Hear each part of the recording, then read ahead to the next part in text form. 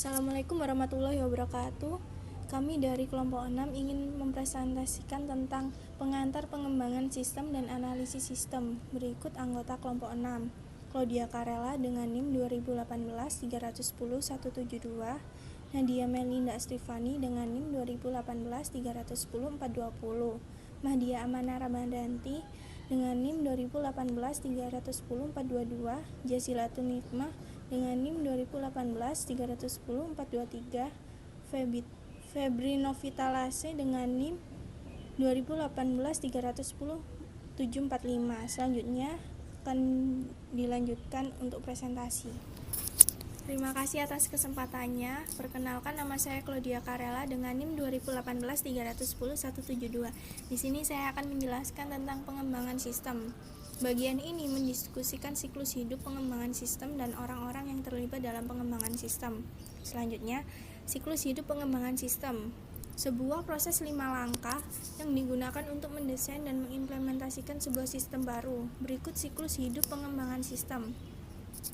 Analisis sistem, melakukan penyelidikan awal, melakukan survei sistem, melakukan studi kelayakan, menentukan kebutuhan informasi dan persyaratan sistem, memberi persyaratan sistem. Selanjutnya, desain konseptual, mengidentifikasi dan mengevaluasi alternatif desain, mengembangkan spesifikasi desain, memberi persyaratan desain konseptual. Selanjutnya, desain fisik, mendesain output, mendesain database, mendesain input, mengembangkan program, mengembangkan prosedur, mendesain pengendalian, memberikan sistem yang dikembangkan. Selanjutnya, implementasi dan konversi, mengembangkan sebuah rencana implementasi dan konversi, memasang perangkat keras dan perangkat lunak, melatih personel, menguji sistem, melengkapi dokumentasi, mengubah dari sistem lama ke sistem baru, memberikan sistem operasional. Selanjutnya, operasi dan pemeliharaan, menyempurnakan dan melakukan tinjauan pasca implementasi, mengoperasikan sistem, memodifikasi sistem, melakukan pemeliharaan berlangsung, memberikan sistem yang diperbaiki. Selanjutnya, analisis sistem. Langkah pertama, SDLC, di mana informasi yang diperlukan untuk membeli, mengembangkan atau memodifikasi sebuah sistem dikumpulkan. Desain konseptual. Langkah SDLC kedua, di mana para analisis memutuskan bagaimana mencapai kebutuhan pengguna, mengidentifikasi dan mengevaluasi alternatif desain, serta mengembangkan spesifikasi detail bagi apa yang dicapai sistem tersebut dan bagaimana sistem tersebut dikendalikan. Desain fisik.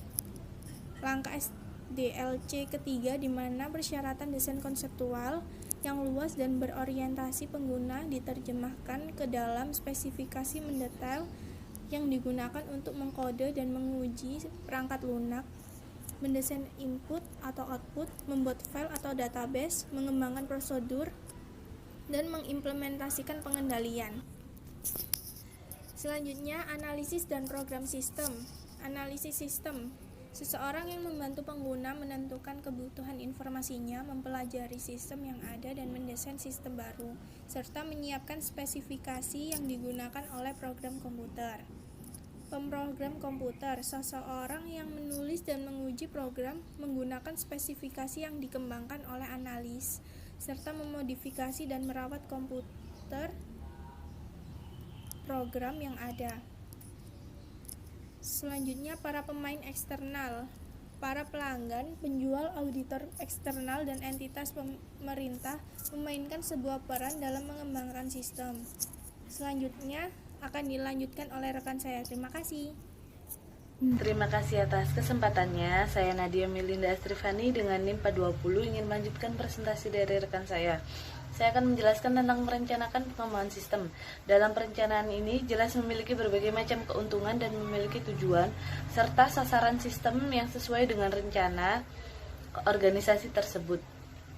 Keuntungan dan tujuan yang akan didapat adalah Pertama, sistem-sistem menjadi lebih efisien, subsistem lebih terkoordinasi, dan ada dasar yang kuat untuk memilih aplikasi baru untuk pengembangan sistem tersebut. Ada dua rencana sistem yang diperlukan. Yang pertama, rencana pengembangan proyek atau Project Development Plan. Yang kedua, ada rencana induk atau Master Plan. Rencana pengembangan proyek ini merupakan dokumen yang dapat menunjukkan kebutuhan proyek. Kebutuhan proyek ini meliputi orang, perangkat keras, perangkat lunak, dan juga keuangan. Selanjutnya, dokumen tersebut dapat menunjukkan sebuah analisis biaya manfaat serta bagaimana sebuah proyek akan diselesaikan. Yang kedua, ada rencana induk atau master plan. Rencana ini dapat menjelaskan sistem yang akan berisi apa saja dan bagaimana sistem yang akan dikembangkan, siapa yang akan mengembangkannya, bagaimana sumber daya yang dibutuhkan, dan apa saja yang diperoleh, status-status proyek dalam proses, serta prioritas proyek yang direncanakan dan kriteria prioritas. Selanjutnya, teknik-teknik perencanaan.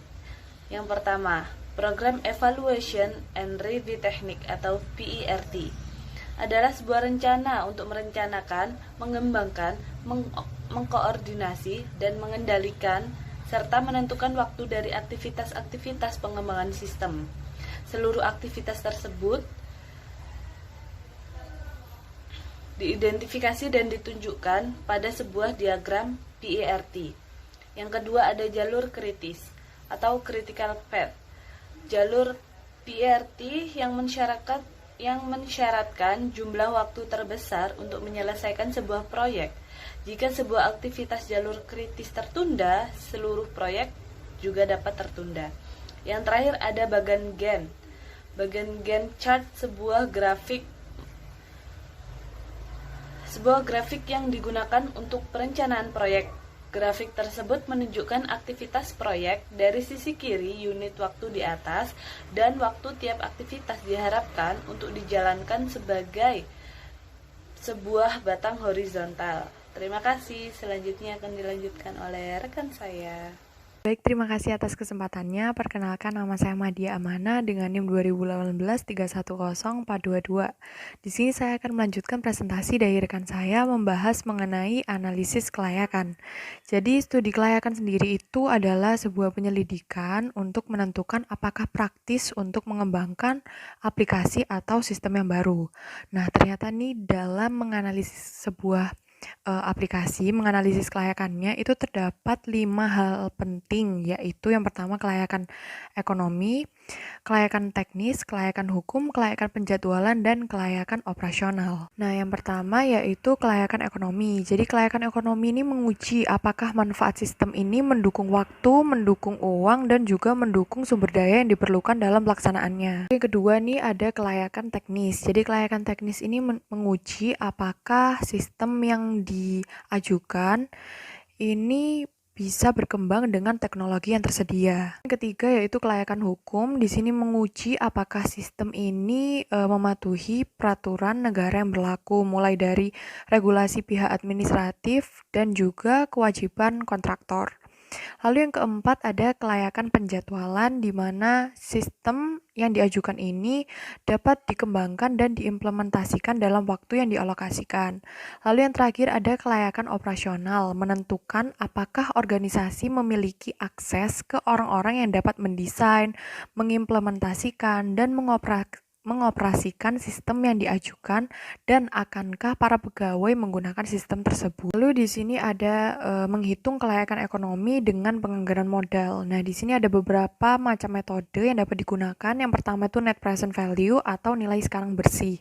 Jadi ini tuh merupakan teknik pengembalian atas investasi yang mendiskontokan seluruh arus kas masa depan yang diestimasi kembali ke masa sekarang dengan menggunakan tingkat diskonto yang merefleksikan nilai waktu uang. Yang kedua nih ada payback period, di mana ini tuh merupakan teknik pengembalian atas investasi yang digunakan untuk menghitung jumlah tahun yang diperlukan agar tabungan bersih menyamai biaya awalnya. Terakhir ada tingkat pengembalian internal atau internal rate of return, di mana ini tuh merupakan sebuah teknik pengembalian atas investasi yang menghitung tingkat bunga yang membuat nilai sekarang dari total biaya sama dengan nilai sekarang total simpanan.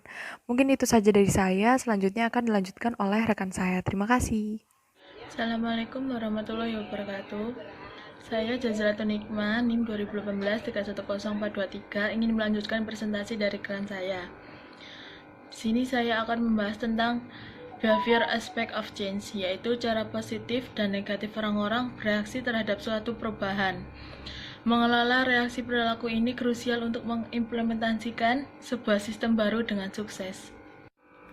Mengapa masalah perilaku terjadi? Pandangan individu atas perubahan, entah baik atau buruk, biasanya bergantung pada bagaimana individu tersebut secara pribadi terpengaruh oleh perubahan. Untuk meminimalkan reaksi perilaku yang tidak baik, seseorang harus memahami mengapa perlawanan terjadi. Beberapa faktor yang lebih penting termasuk berikut ini, yaitu yang pertama, pengalaman dengan perubahan sebelumnya.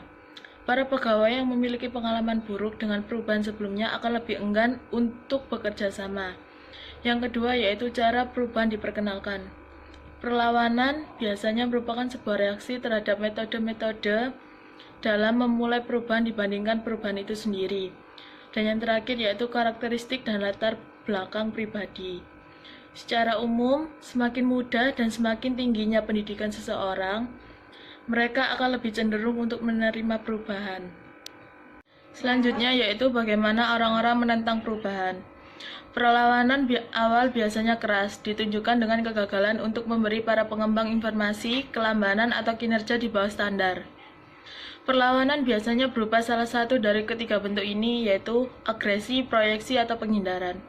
Agresi adalah perlawanan terhadap perubahan yang dikehendaki untuk menghancurkan atau melemahkan efektivitas sistem.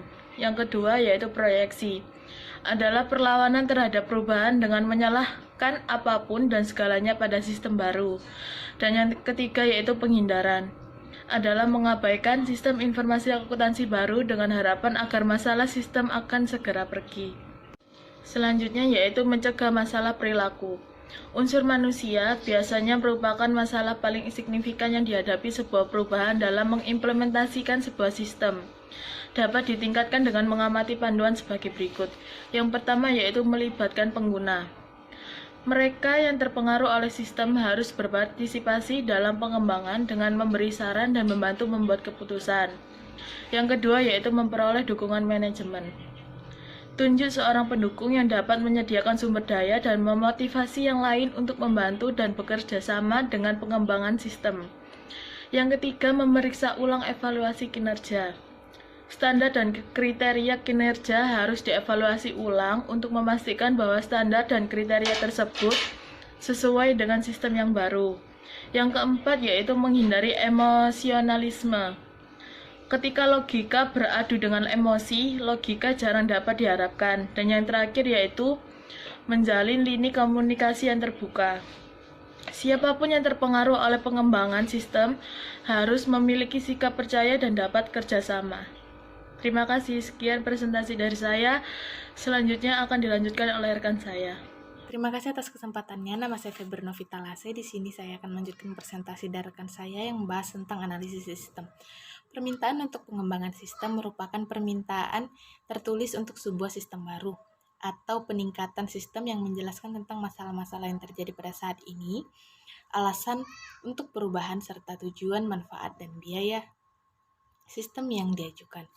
Selanjutnya adalah berikut langkah-langkah analisis sistem. Yang pertama adalah penyelidikan awal. Penyelidikan awal adalah sebuah penyelidikan permulaan untuk menentukan apakah sebuah usulan sistem baru dibutuhkan tersebut adalah layak. Tujuan penyelidikan awal ini merupakan menyelidiki setiap aktivitas pengembangan untuk menjelaskan masalah guna diselesaikan. Yang kedua, membuat sebuah permulaan penilaian kelayakan. Yang ketiga, menyiapkan sebuah proposal untuk menjalankan analisis sistem. Langkah kedua adalah survei sistem. Survei sistem merupakan studi ekstensif dari SIA saat ini. Tujuannya adalah mempelajari sistem saat ini untuk mendapatkan pemahaman menyeluruh mengenai bagaimana sistem ini bekerja. Yang ketiga adalah studi kelayakan. Merupakan analisis kelayakan menentukan kelangsungan proyek. Tujuannya adalah mengembangkan sebuah analisis kelayakan yang lebih menyeluruh, terutama terkait biaya dan manfaat ekonomi. Yang keempat adalah kebutuhan informasi dan persyaratan sistem, yang merupakan setelah sistem proyek dianggap layak, perusahaan mengidentifikasi kebutuhan pengguna dan mendokumentasikan persyaratan sistem.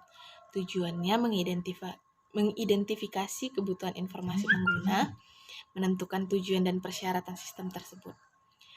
Dan yang terakhir adalah laporan analisis sistem, yang merupakan laporan komprehensif berisi rangkuman sistem yang mendokumentasikan temuan-temuan aktivitas analisis. Tujuannya adalah menyediakan manajemen dengan temuan-temuan fase analisis. Terima kasih. Sekian dari kelompok kami.